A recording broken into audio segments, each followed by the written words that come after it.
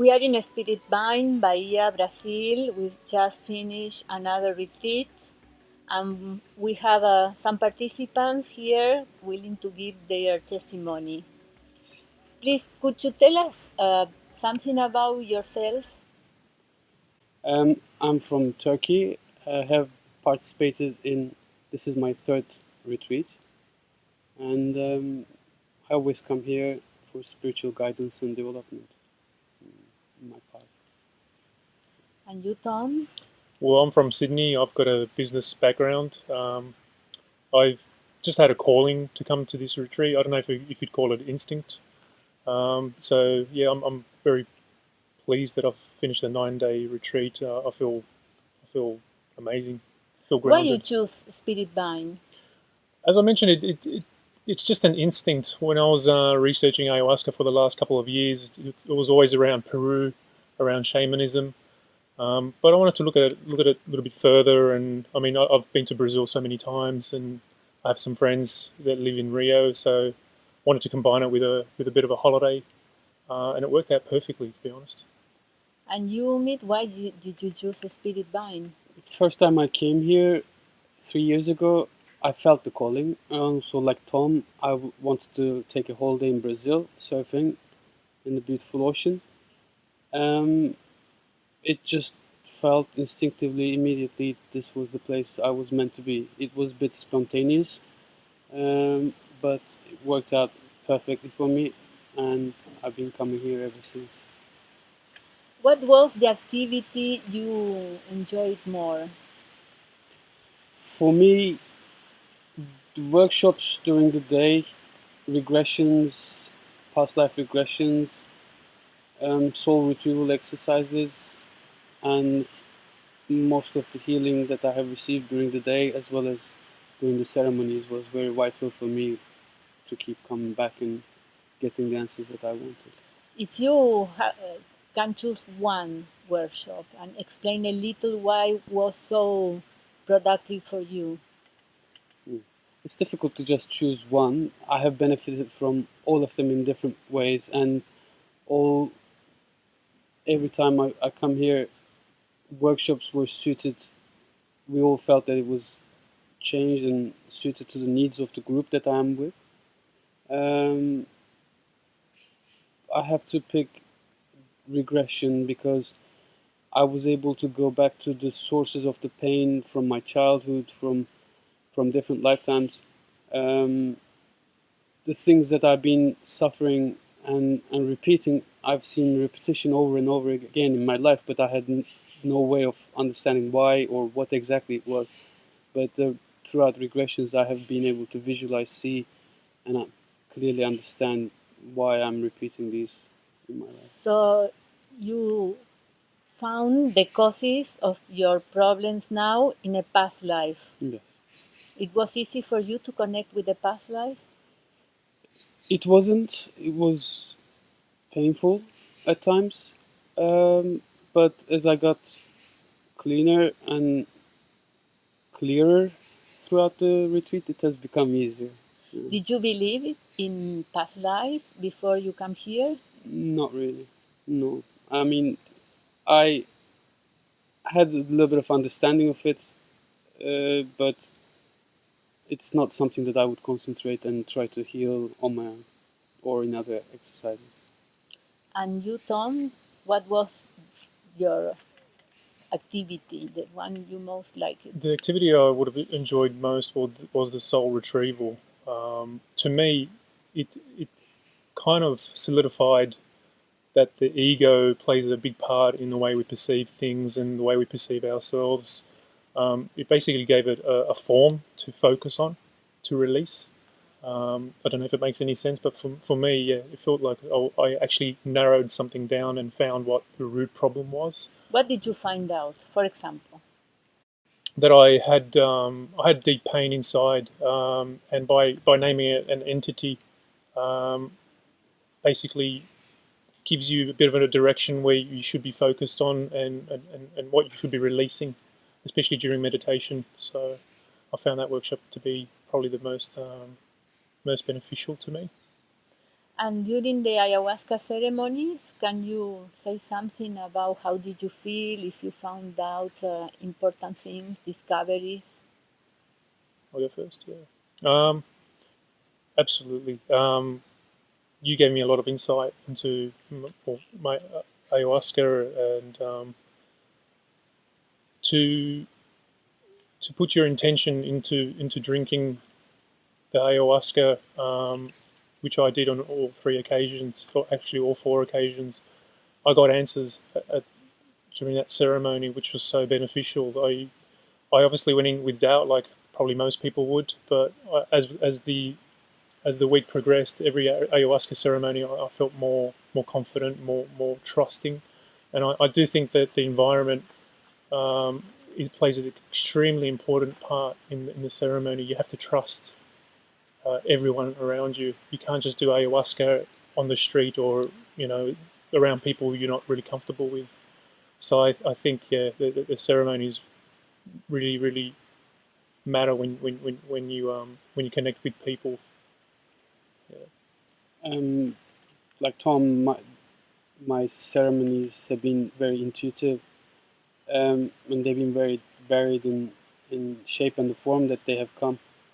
Um, there were times when they were very visual. There were times when Mother Spirit communicated through intuition, through my mind to me.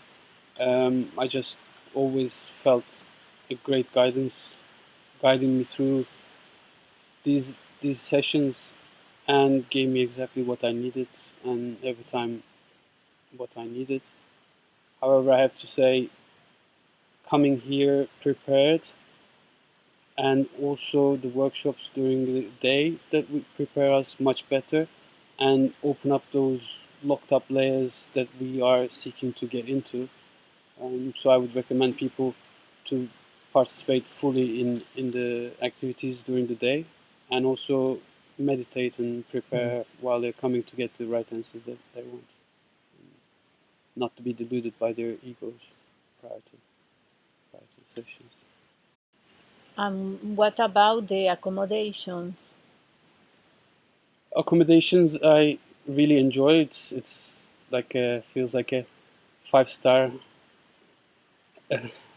accommodation compared to other places, similar retreats, and we actually shared a room this time together, and I've never really felt that he was in the room, and I'm sure I hope you didn't feel the same. You felt the same No. comfort. I was just as if I was staying on my own, and Comfortable. everything we need is just here, and it's also adds great experience to relax, which is part of the reason why we're here. It was too difficult, the diet?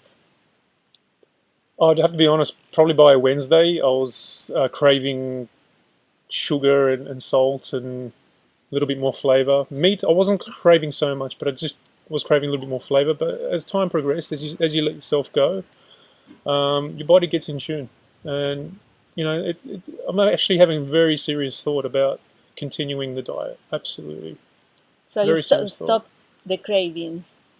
The cravings have actually stopped.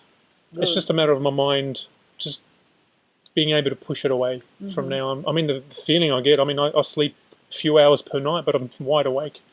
The change is tremendous. It's extremely noticeable. For example? You just sense you can probably communicate people with a little bit better. You're in tune with people's energy. Uh, you're in tune with nature. To be honest, you open up your mind more. You haven't got all those toxins inside you fighting. Giving you mood swings basically. I just felt stable the whole time. Yeah. And do you think you stopped, you quit smoking here before the retreat? Yeah. That made a change?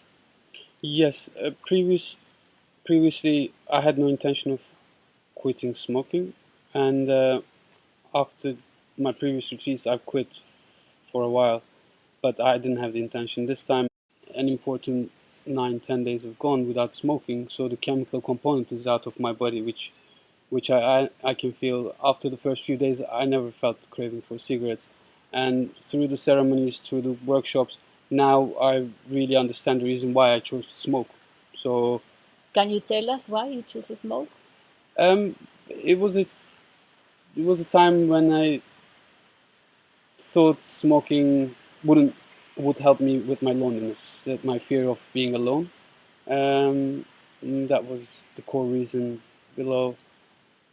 Sometimes confusion, but mostly it was about fear of being And alone. during the retreat, you were working with the feelings of loneliness and healing that part. Yeah, during the retreats, during the ceremonies, during the workshops, my time has been about understanding these fears, where they stem from, when did they first show up in my life, and also how to deal with this and what to remind myself so that I get rid of these delusions, which are essentially fears. Yeah, in certain moment, we have to stop and face whatever we need to face in order to change our life. If not, everything will continue the same. And you discovered something very important during one of the workshops. You said that the most productive for you was a soul retrieval. You mentioned something in your ancestors that you discovered that was inside of you. Can you explain a little about that? To briefly describe it, I knew that my father suffered because his twin brother died soon after they were both born. It's the way that he died was quite obviously shocking to the family, but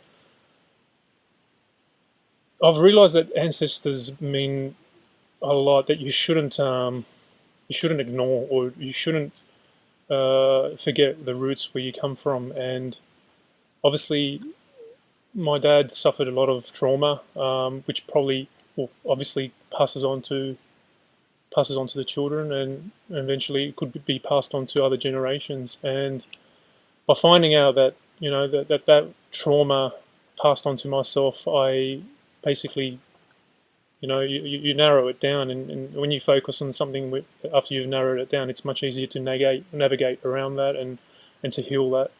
I never thought about that in the past. It's crossed my mind, but obviously doing the soul retrieval and doing the ayahuasca, it really solidified the fact that, look, um, all of us have trauma. Because you were experiencing fears with no logical reasons, Exactly. and you didn't know why, but in fact you were experiencing a lot of fear. Yeah. And finally you found the cause of That's that exactly fear, and it right. was not in this life. Was an ancestor that died in a tragic way. That's it. Exactly. And I obviously the ayahuasca really brought me to a really deep state, which I've absolutely never felt before. I felt absolute um, the feeling that my father went through, and the feeling that the family might have gone through as well. And when I came out of it, Mother Ayahuasca guided me to look, think more positive, and bring your feelings out. Don't hold them in. Rohan helped me. He grounded me quite a bit during the ceremonies. He's been amazing. He knows how to read people. He has some presence, as well as yourself. You definitely have a presence, which everyone notices. And I honestly thank you, because I couldn't have imagined feeling like this in any other way. As an example, I couldn't have imagined feeling like this if I was talking to a family, or I was talking to a psychiatrist, or if I went to Peru for any chance, in an instance. I You don't did think I would have felt the you did same. therapy before I to don't. find out the cause of your Yeah, fear. but I didn't feel it was right. I felt. I felt maybe I was holding a few things in. I mean, you need to let yourself out when you go see a therapist, and ayahuasca and some of the workshops have obviously helped me to open up my heart, and just to let it all out. Don't hold anything in. Don't be afraid to get judged if you say one sentence which you might find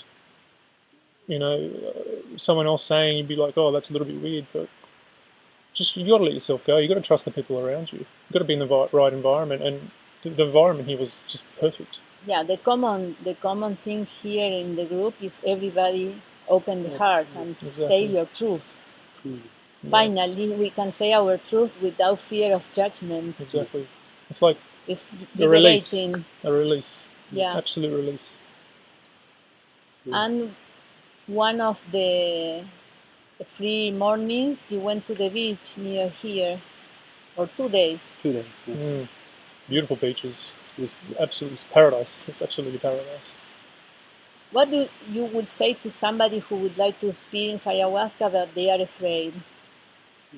Don't be afraid. It's normal.